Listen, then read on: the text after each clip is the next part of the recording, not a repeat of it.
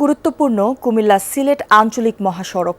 এই পথ দিয়েই প্রতিদিন হাজার হাজার যাত্রী ও যানবাহন চলাচল করে, অথচ বছরের পর বছর খানাখন্দে ভর্তি সড়কের বিভিন্ন অংশ। কিছু স্থানে সংস্কার শুরু হলেও কাজ খুবই ধীরগতির। তাতে দুর্ভোগে বেড়েছে অতীতের তুলনায় কয়েক গুণ বেশি। সহকর্মী খোকন চৌধুরীর প্রতিবেদনের দ্বিতীয় পর্বে দেখুন বিস্তারিত। ক্যামেরায় ছিলেন জিহাদুল ইসলাম। ভোগান্তি ভুলে চলে আসুন রিগালে। ওয়ারেন্টি সহ স্টাইলিশ কালেকশন নিয়ে রেডি রিগাল ফার্নিচার।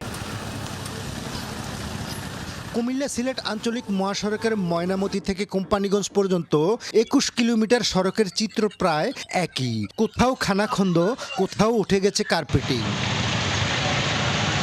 বৃষ্টির পানি জমে থাকায় অনেক স্থানেই গর্তের গভীরতাও বোঝা দেয়। ঝুঁকি নিয়েই চলাচল করছে বাস, ট্রাক, কাভার্ড ভ্যান, সিএনজি ও মোটরসাইকেল।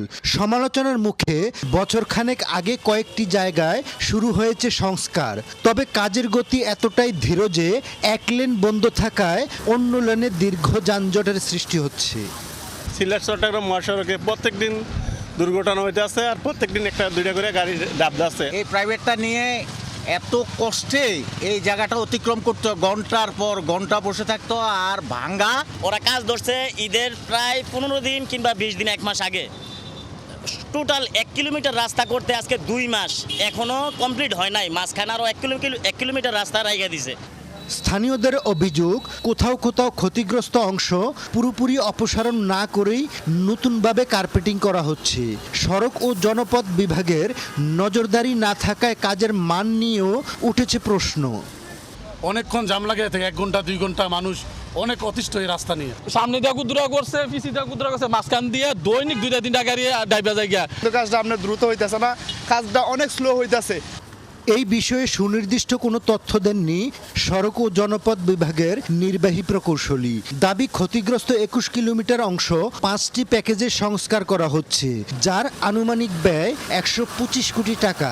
সেটি নির্ধারিত সময়ের মধ্যেই শেষ হবে জানান তিনি।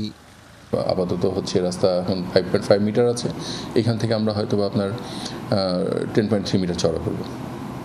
এটা অলরেডি কাজ শুরু হয়ে গেছে, টেন্ডার হয়ে গেছে। আমরা এই চলমান বর্ষাটা শেষ হলেই ঠিকাদার মাঠে নেমে যাবে।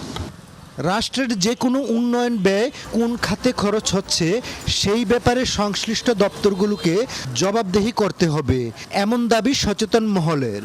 প্রকল্পের যেই ব্যয়, সেই ব্যয়টুকু কী কারণে এটা হচ্ছে না, কেনই বা করছেন না, এটা রোডস অ্যান্ড হাইওয়ের প্রকল্পের সাথে যারা সম্পৃক্ত, যারা এই কাজের দায়িত্ব নিয়েছেন, তারা এটা সঠিক জবাব দেওয়া উচিত।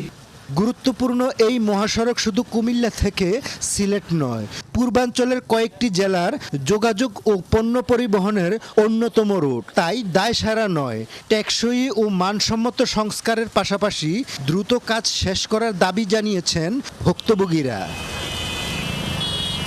খোকন চৌধুরী, যমুনা নিউজ, কুমিল্লা।